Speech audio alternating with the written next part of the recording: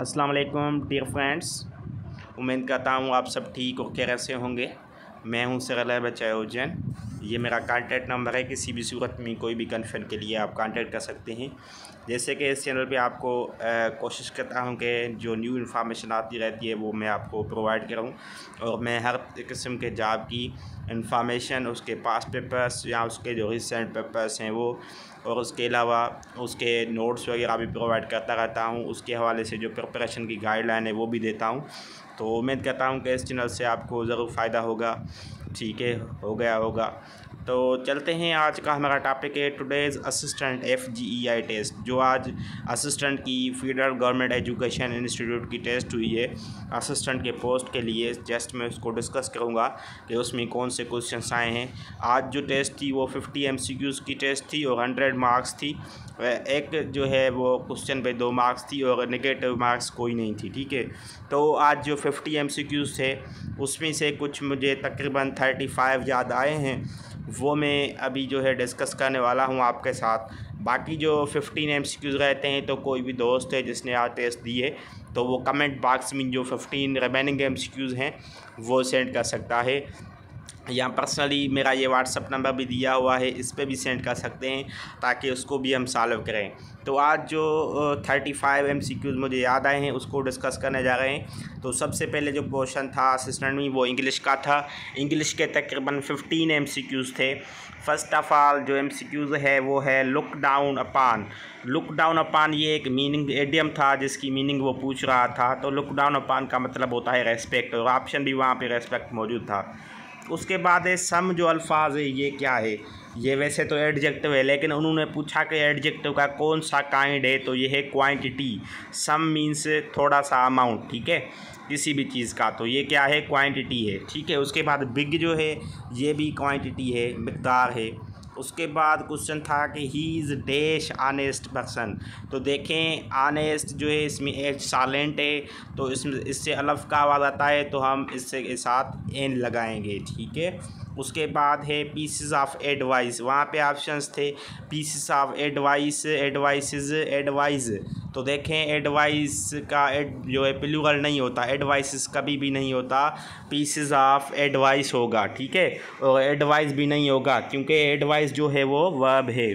उसके बाद question number 6 है ईच ऑफ अस हैज़ या हैव होगा। ये था कि हैज़ होगा, हैव होगा। तो देखें ईच ऑफ अस से मतलब अस मतलब हमसे, ईच मतलब हर एक।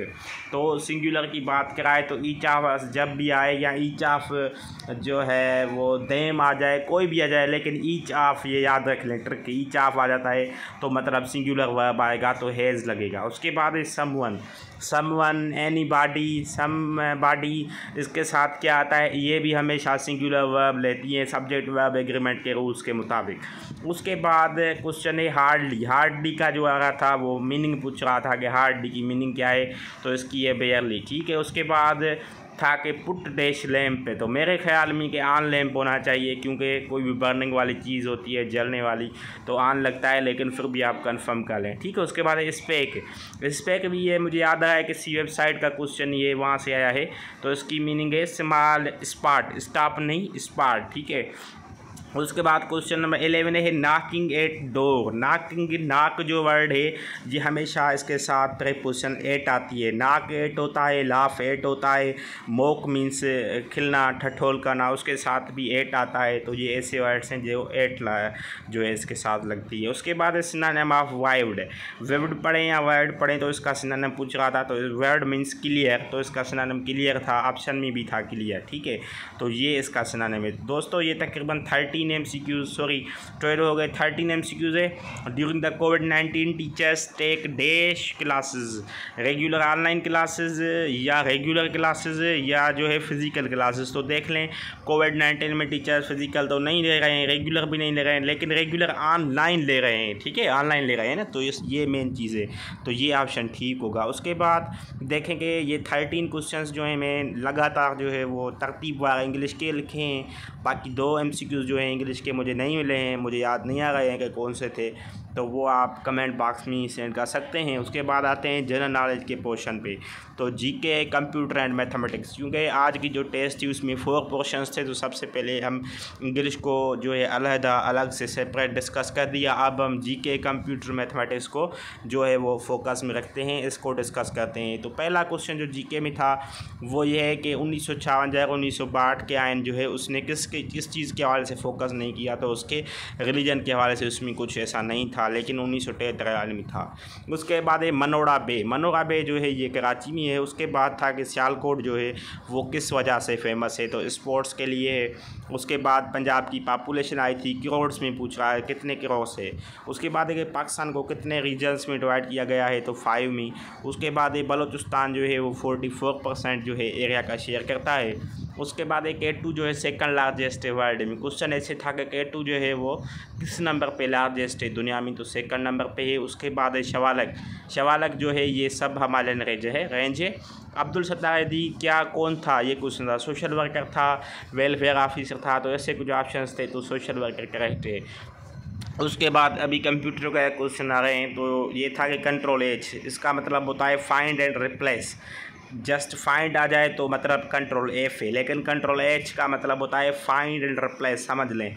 ठीक है, ये क्वेश्चन स्टूडेंट को कन्फ्यूज़ करता है कि वो फाइंड एंड रिप्लेस के लिए वो एफ कर लेते हैं, लेकिन देख लें फाइंड के बाद अगर रिप्लेस आ जाता है मतलब एच। ठीक है, कंट्रोल के जो है हाइपरलिंक के लिए होता है। उसके बाद क्वेश्चन था कि एक्सपेंसिव जो टोपोलॉजी नेटवर्क है वो स्टार टोपोलॉजी है। उसके बाद क्वेश्चन था ट्रांजिस्टर जो है वो किस जनरेशन में इस्तेमाल किया गया था, तो सेकंड जनरेशन में।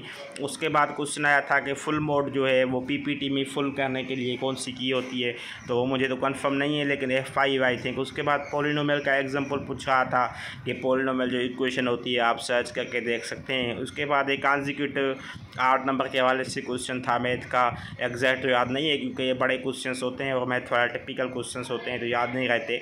उसके बाद परसेंटेज के हवाले से भी कोई क्वेश्चन था कि जो है 20% लॉस होता है या ऐसा कुछ था। उसके बाद एडिशन ऑफ डिटर्मिनेंट जो आपके मैट्रिसेस होते हैं उसकी एडिशन के हवाले से क्वेश्चन था। लॉगरिथम के हवाले से था, अलजेब्रा के हवाले से था।